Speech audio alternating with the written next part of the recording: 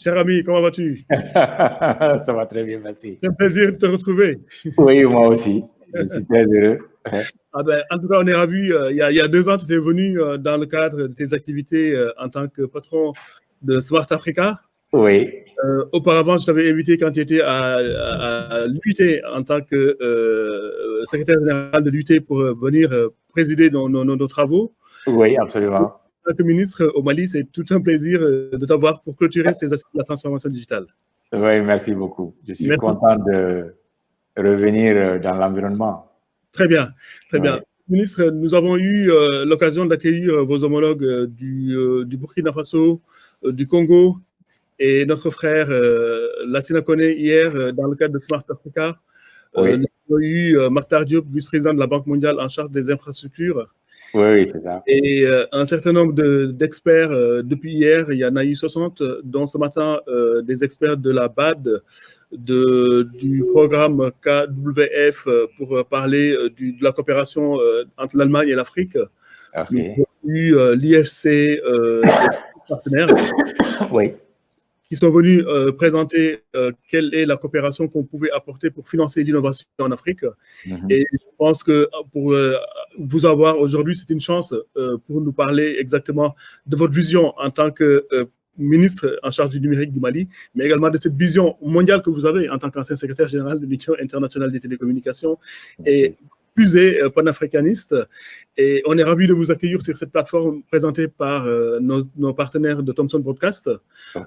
Broadcast qui a mis en place cet outil qui permet de traduire en 200 langues. 200 langues au niveau mondial et plusieurs langues africaines d'ailleurs, comme le Yoruba, comme le Swahili, et puis j'en passe, d'autres dialectes que je ne connais pas. Et ils nous promettent de mettre en place prochainement le Bambara, le Wolof, le Peul, etc. sur cette application pour que les gens puissent échanger et interagir avec des langues locales.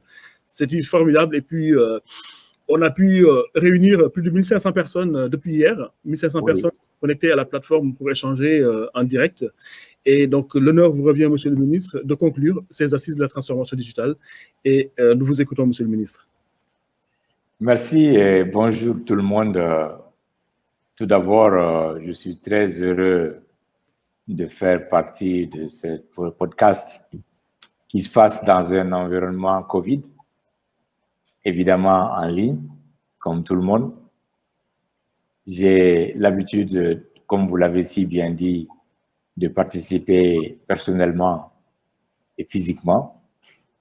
Et j'ai pris donc l'habitude d'apprécier tout ce que vous faites, non seulement pour le continent, mais pour le monde des technologies de l'information et de la communication en général. Je dois dire que je suis ministre il y a seulement 2 mois en charge de la communication et de l'économie numérique. Mais évidemment, cela, c'est après une quarantaine d'années dans le domaine dont je suivis de très près tout ce qui se passe au Mali. Et donc, je prends le train en marche. Nous avons aujourd'hui en Afrique et particulièrement ici au Mali des enjeux très importants. Et pratiquement dans chacun de nos pays, le monde des TIC joue jusqu'à une valeur de 15 à 20% du PIB national. Et donc, c'est une part très importante. Moi, je dirais c'est la deuxième industrie au Mali ici, après l'industrie minière, parce que nous sommes en train de talonner l'industrie du coton. Et on va les dépasser bientôt. Je suis persuadé que cet environnement nous a donné en fait de nouvelles opportunités.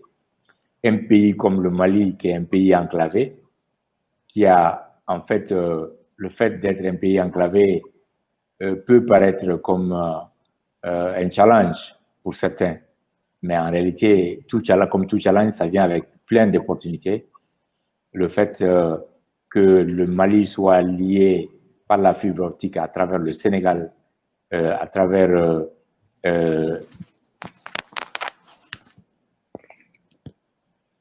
à travers la Côte d'Ivoire et avec une branche qui va au Niger et au Burkina Faso, sont des opportunités qui font du Mali un pays central, en fait, maintenant.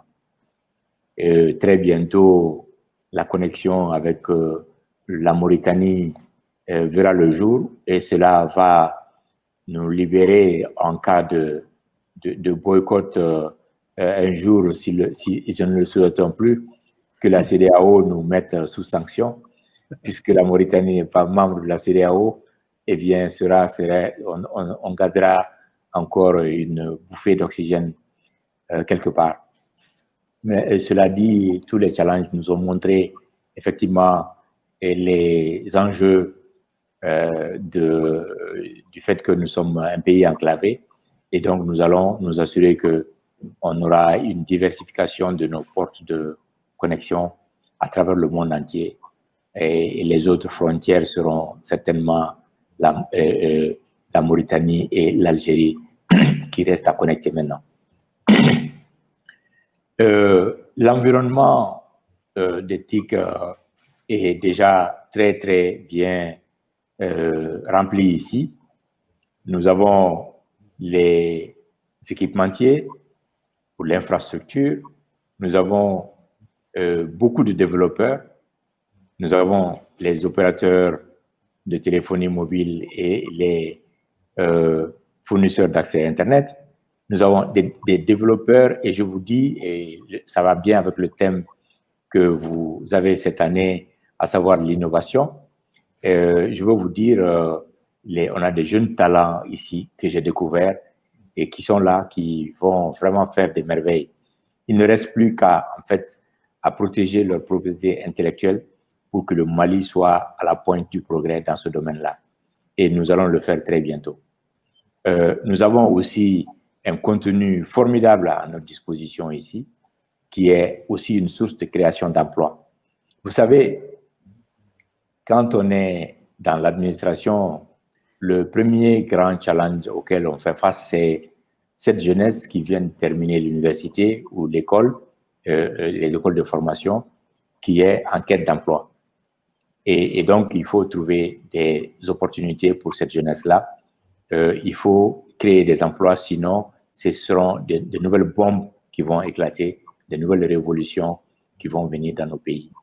Et évidemment, sans compter les enjeux de la migration, qui, s'ils n'ont pas d'autres solutions, ils n'ont pas de choix que d'essayer d'aller chercher ailleurs. Et ça, il faut que nos administrations fassent tout pour garder nos jeunes talents ici.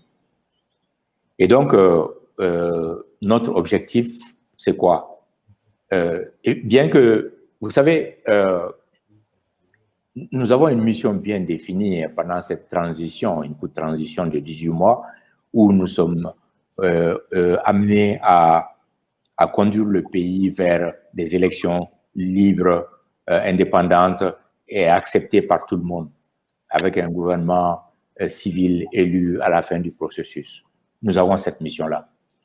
Mais des organisations, des compagnies telles que la nôtre dans les technologies de l'information et de la communication, nous pouvons aussi faire du développement.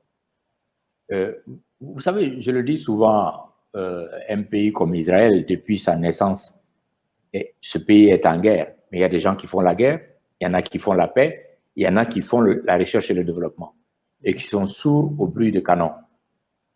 Et c'est le même exemple que je continue à donner ici, au Mali, ici, parce que le pays a en face de lui aujourd'hui des terroristes, on a des difficultés sur le plan sécuritaire, il y a une partition du pays et nous sommes en train de faire face à cela. Et pendant que certains se battent, il y a d'autres qui vont essayer d'aller sur les tables de négociation pour négocier. Donc, certains font la guerre, certains font la paix. Et des gens comme nous devons nous mettre à travailler, à faire le développement afin que le pays continue à naviguer. Et les opportunités sont là. Quand vous avez une jeunesse bien formée, qui a la tête sur les épaules, qui a envie de travailler, il faut créer les opportunités. Et c'est ce que nous sommes en train de faire. Je crois que ce problème-là est valable dans tous les pays du monde. Hein. Vous n'aurez jamais dans un pays où il n'y a pas de problème particulier. Et donc, ce que nous traversons aujourd'hui sera passager, certes, mais il y aura d'autres problèmes qui viendront et nous devons les faire face à cela en toute honnêteté. Après 2 mois d'analyse de l'environnement, j'ai décidé de faire 2 choses assez simples qui vont droit au but. Un, c'est la création d'un conseil du numérique.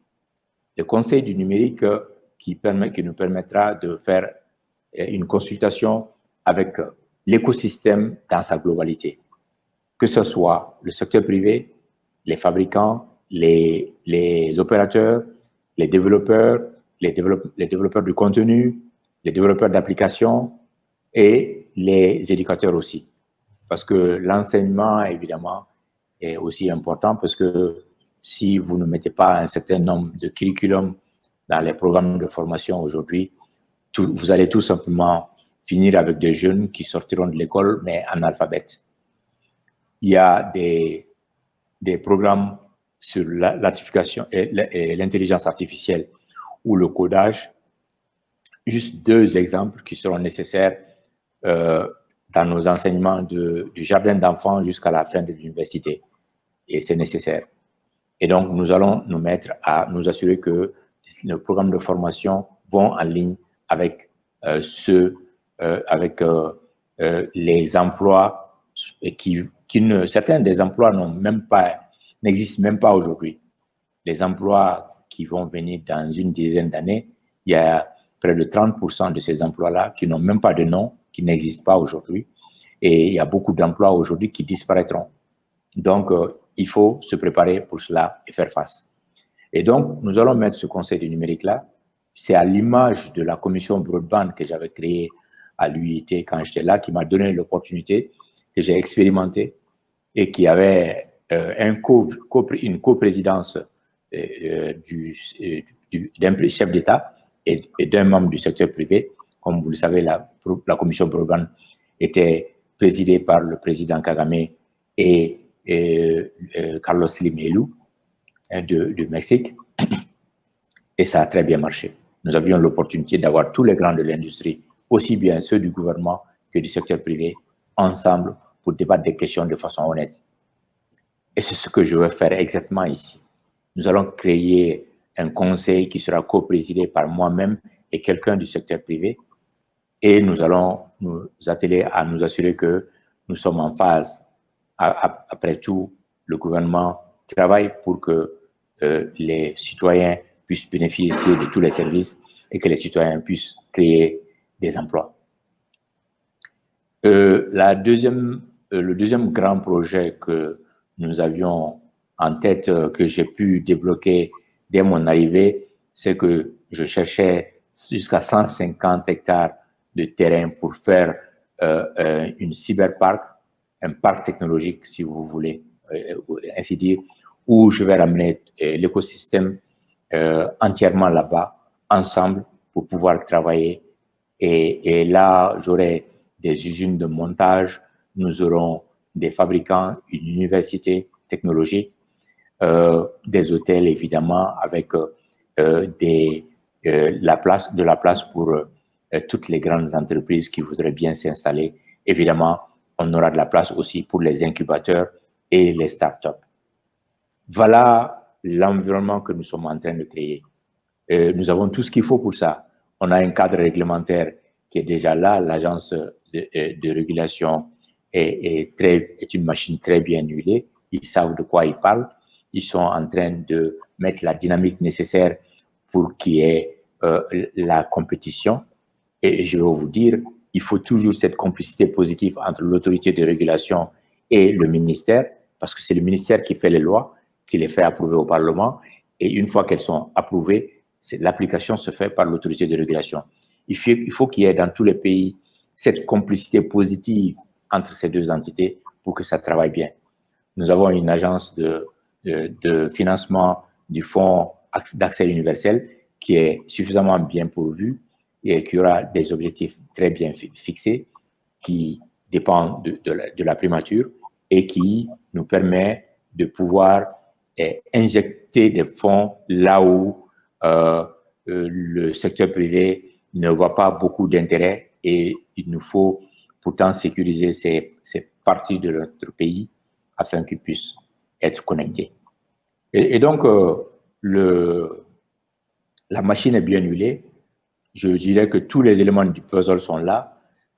Cette commission, ce conseil que je suis en train de mettre en place nous permettra de faire seulement une courroie entre ces différentes poulies qui vont tourner tout ensemble et essayer de faire fluidifier le mouvement afin que nous puissions vraiment tirer le meilleur profit. Nous sommes dans un environnement, on vient de faire une vidéoconférence ce matin avec nos amis ministres du continent africain, de la CEDEAO. Nous sommes en train de faire des plans régionaux et l'interconnectivité africaine est une réalité. Nous sommes tous membres de Smart Africa. Je suis sûr que le directeur général, M. Lassina Kone, vous a fait le point sur cela. C'est une machine bien huilée, elle marche très bien, elle est en de très bonnes mains, il y a un très bon management et ça a pu donner l'impulsion nécessaire pour qu'on arrive à ce marché commun africain dont nous rêvons tous.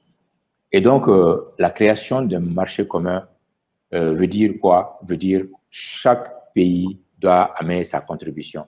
Chaque pays sera un acteur actif et un acteur qui pourra aussi bénéficier de l'expérience et des travaux des autres pays.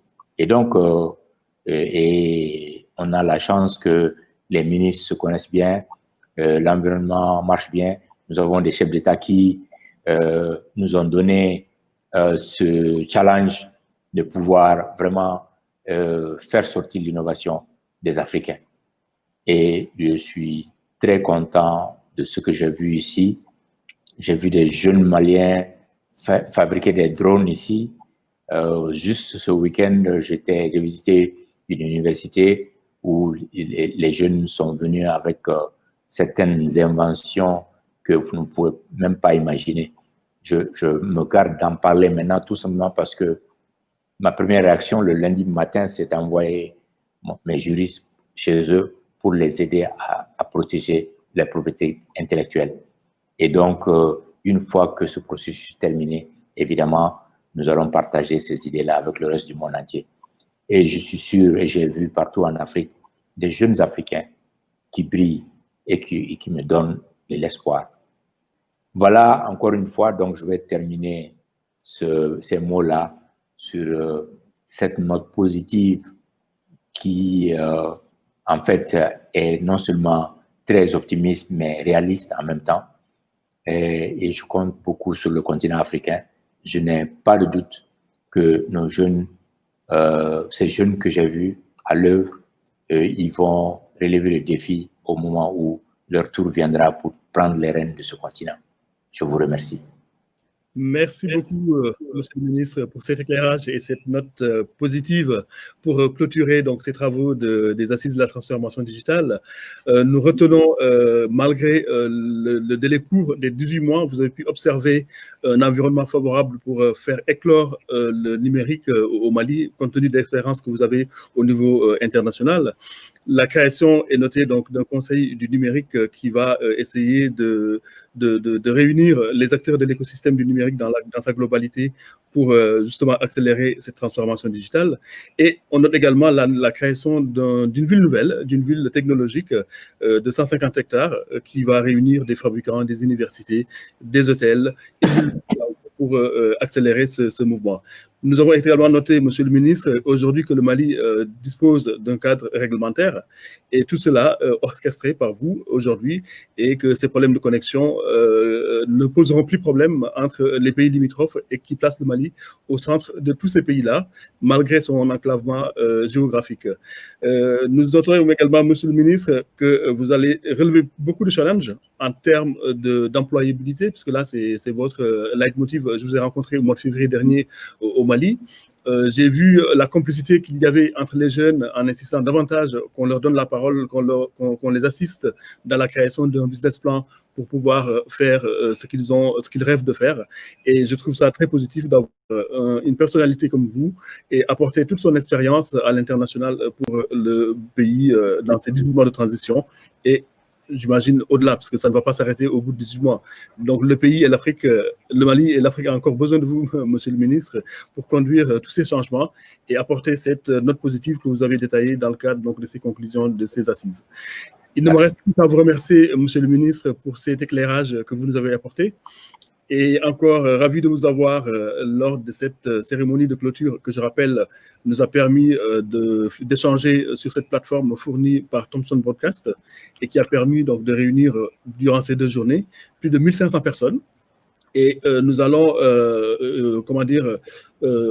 travailler davantage sur ces conclusions que nous avons pu faire durant ces 2 journées et le partager sur le site de CIUMAG. Et nous ne manquerons pas, monsieur le ministre, de le partager avec vous et avec tous nos partenaires au Mali, en Afrique et un peu partout. Merci encore. Merci. Je vous dis à très bientôt, monsieur le ministre. Merci. Au revoir. Merci à vous et bonne chance. Merci. On est ensemble. On est ensemble.